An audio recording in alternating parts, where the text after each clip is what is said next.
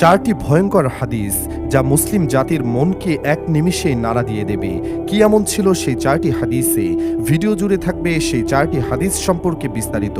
দর্শক, সকল কঠিন মনের মানুষের হৃদয়ে ভয়ের চিহ্ন ফুটে উঠবে। যারা আল্লাহকে বিশ্বাস করেন না, পরকালের বিচারের কথা বিশ্বাস করেন না, তাদের জন্য আজকের ভিডিওটি নয়। আপনি যদি মুসলিম মোমেন ব্যক্তি হয়ে থাকেন, তাহলে এই চারটি হাদিস এড়িয়ে যাবেন না। শেয়ার দিয়ে মুসলিম ভাই বোনদের জানিয়ে দেবেন।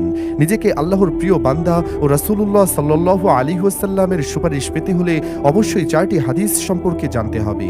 প্রিয় মুসলিম ভাই ও বোনেরা, আপনাদের কাছে একটি প্রশ্ন রাখলাম। বলুন তো, কোরআনের সবচেয়ে ছোট সূরার নাম কি? মুসলিম হলে কমেন্টে উত্তর দিয়ে যাবেন। চলুন বেশি কথা না বাড়িয়ে শুরু করি আজকের ভিডিও।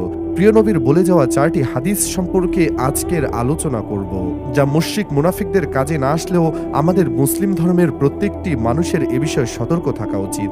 এক নম্বরে যে হাদিস সম্পর্কে বলা হয়েছে তা হলো রাসূলুল্লাহ সাল্লাল্লাহু আলাইহি ওয়াসাল্লাম বলেছেন, যে ব্যক্তি অন্যকে তার গুনাহ নিয়ে খোঁটা দিবে, আল্লাহ তাআলা তার মৃত্যুর আগে তাকে এই গুনাহ না করিয়ে মৃত্যু দিবেন না।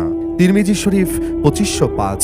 আল্লাহ বলেছেন, তোমরা তোমাদের পাপকে গোপন রাখো এবং গোপনে গোপনে আমার কাছে তওবা করো, আমি গোপনেই তোমাদের পাপ ক্ষমা করে দেব। সুবহানাল্লাহ। অনেকেই আছে, অনেকের পাপের কথা জানতে পারলে তাকে অনেক কথা শোনাই, তার মনে দুঃখ দেই। তবে মুসলিম ভাই ও বোনেরা, আমাদের মনে রাখতে হবে আমরা কখনোই কারো গুনাহের দিকে হাসি ঠাট্টা বা খোঁটা দেব না। দুই নম্বরে প্রিয় নবী যে হাদিসের কথা বলে গেছেন সেটি হলো রাসূলুল্লাহ সাল্লাল্লাহু আলাইহি ওয়াসাল্লাম বলেছেন, মৃত্যুর পরে তাদের মাথা পাথর দিয়ে ভাঙা হবে যারা ফজরের নামাজ না পড়েই ঘুমিয়েছিল এবং যারা কোরআন গ্রহণ করে ছেড়ে দিয়েছিল। বুখারী শরীফ ৭০৪৭। প্রত্যেক দিনে আল্লাহ আমাদেরকে ২৪ ঘন্টার সময় দিয়েছেন, কিন্তু তার ভিতরে ৫ ওয়াক্তের নামাজ আমাদের ওপর ফরজ করেছেন। কিন্তু আমরা আজ এই ফিতনার দুনিয়ায় আল্লাহকে ভুলেই গিয়েছি, নামাজ রোজা ভুলে গিয়েছি। যিনি আমাদেরকে সৃষ্টি করেছেন, যার রিজিকে আমরা বেঁচে আছি, তার কৃতজ্ঞতা প্রকাশ করার মতো সময় আমাদের নেই। আবার যারা কোরআন শিখে তা বর্জন করেছে, তাদের শাস্তি আরো ভয়াবহ। আমরা হয়তো দুনিয়াকে সব মনে করি, আল্লাহর পরকালের চিরবিদায়ের দিনের কথা ভুলেও মনে করি না। আল্লাহ আমাদের সবাইকে ইসলামের পথে চলার তৌফিক দান করুন, আমিন। তিন নম্বরে যে হাদিসের কথা বলা হয়েছে তা হলো আল্লাহ তাআলা বলেছেন, তোমরা ওই দিনকে ভয় করো যেদিন তোমার মুখে তালা লাগিয়ে দেওয়া হবে, কিন্তু তোমার হাত পা চোখ নাক মুখ সব কিছুতে তোমার কৃতকর্মের জন্য সাক্ষী দিবে। সূরা ইয়াসিন আয়াত ৬৫। একবার চিন্তা করুন, কঠিন ওই হাসরের ময়দানে আপনি আল্লাহর সামনে দাঁড়িয়ে আছেন। আপনার কোনো জবানবন্দি নেওয়া হবে না, আপনার বিরুদ্ধে সাক্ষী দিবে আপনার হাত পা সহ প্রত্যেকটি অঙ্গ প্রত্যঙ্গ।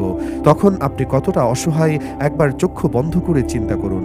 আমরা এখন কথায় কথায় বিভিন্ন পাপের কাজে লিপ্ত হচ্ছি, হাত পা মুখ কান চোখ সবকিছু দিয়ে পাপে সীমাবদ্ধ হচ্ছি।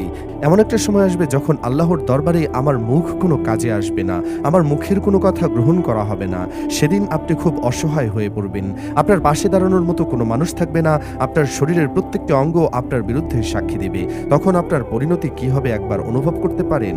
৪ নম্বরে যে হাদিসের কথা বলা হয়েছে সেটি হলো আল্লাহ তাআলা বলেন, আমি ইচ্ছে করলেই সবাইকে হেদায়েত দান করতে পারতাম, কিন্তু আমার এই কথা সত্য যে আমি জিন আর মানুষ দ্বারা জাহান্নাম পরিপূর্ণ করব। সূরা আল সাজদা আয়াত ১৩।